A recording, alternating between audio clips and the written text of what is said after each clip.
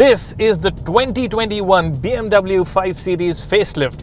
But before we talk of what's changed, let's talk of what's not changed. I'll start with the engines. As before, the standard 5 Series lineup comprises 3 engines. You have the 190 HP 2-litre diesel engine in the 520D. You have the 265 HP 3-litre diesel engine in the 530D. And the sole petrol engine, for the moment at least, is the 530i. This one uses a 2-litre 252 HP 4-cylinder petrol engine. The engine makes the same 350 Newton meters, all the power goes to the rear wheels, and BMW claims a 0 to 100 kph time of just 6.1 seconds. As before, performance is more than pleasing. Sport mode gives you access to the very best the BMW 5 Series has to offer. The engine comes into its element, it feels energetic throughout the rev range, and can you really argue with 7,000 RPM? The 8-speed automatic gearbox is also a joy to work your way through. Ask and you will receive. You will love to flick through the gears. If there's one thing that's been common to all 5 Series till date, it's that feeling of being in a very athletic car. The feeling is most pronounced around corners. Sure, the latest 5 is soft by 5 Series standards, but it's still the driver's pick among the large luxury sedans. There's a great amount of connect at the steering wheel. The 5 Series also feels smaller than it is. It feels more agile than its size would suggest. And on the whole, this just sets it apart as a car that you'd want to drive whenever you get the opportunity. Adaptive dampers are standard across the range now, and they do wonders to add in a bit more firmness instantly for a more spirited drive. You can mix and match settings to your liking as well. Just wish there was an option to dial up the exhaust note too. Interestingly, the 530i's 62.9 lakh rupee ex-showroom price makes it just a bit more expensive than the BMW 340i. Which BMW would you spend your 60 odd lakh rupees on? The 530i or the 340i? Let us know in the comment section below, and if you haven't already, please do subscribe to the Autocar India channel and hit that bell icon for the latest from us. Performance and fun handling are all well and good, but there's more to a 5 Series. The 5 Series is expected to be a sporty handler, but that image also sort of overshadows how good it is as a luxury car. In comfort mode, the 5 Series feels easygoing, the engine runs at its quietest best, and there's not all that much noise that comes from the outside world either. Ride quality is good too. The 5 Series is really comfortable. The suspension just does such a good job of smoothing out our roads. It feels well damped, and even on these 18-inch rims, it's very absorbent. There is side-to-side movement that you'll experience on potholes, and at times you'd wish there was an option to raise ride height too. As before, the 5 Series is offered only with steel springs. That's the roundup of the driving experience. What's also unchanged is the experience at the back. There's nothing new to report of about the 5's back seat. It's a very well cushioned and wide seat. However, it's still a place that will be best for 2 occupants. The large center tunnel and this big hump on the roof will make life a bit uncomfortable for the person sitting in the middle. Still, the seat is very supportive. There's a good amount of legroom. If I have to nitpick, I'd say that the backrest is a touch upright and doesn't offer the adjustability that you get in a 6 Series GT.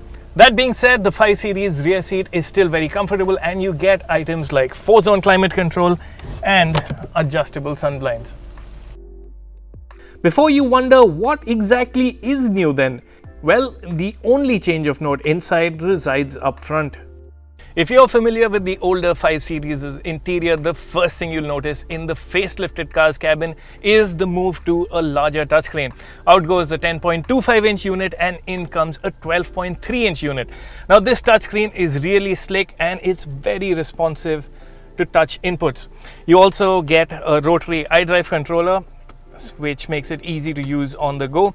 There's also BMW's newfangled gesture control. It's slightly temperamental and doesn't always work. And you can also use voice commands to strike up a conversation with your car for simple inputs. Hey BMW, I'm feeling cold. No problem, I will increase the temperature. It will be warmer shortly. Now, other cool inclusions on the new 5 Series include wireless Android Auto, which is offered in addition to wireless Apple CarPlay that was already there. I also like that you get physical knobs for the volume controller and climate control dials. And what's also really nice is the 7 Series like touchscreen for the climate control system. This menu here gives you a shortcut to the climate control operations on the main touchscreen.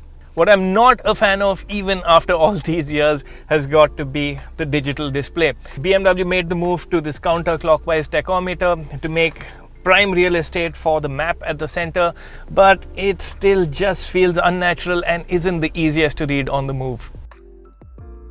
The neat and clean design of the dashboard is modern day BMW and quality levels are expectedly good.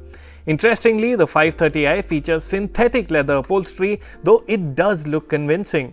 The front seats themselves are big and supportive and even get a pull-out thigh support extension. Talking features, the 530i in M Sport trim packs in plenty.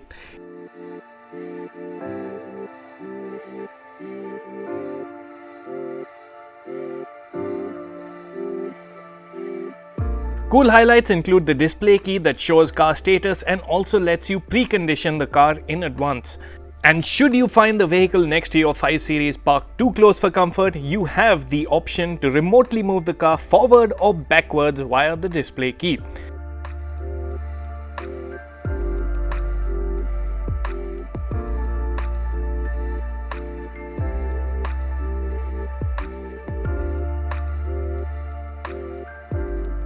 The 360-degree camera is really well done too.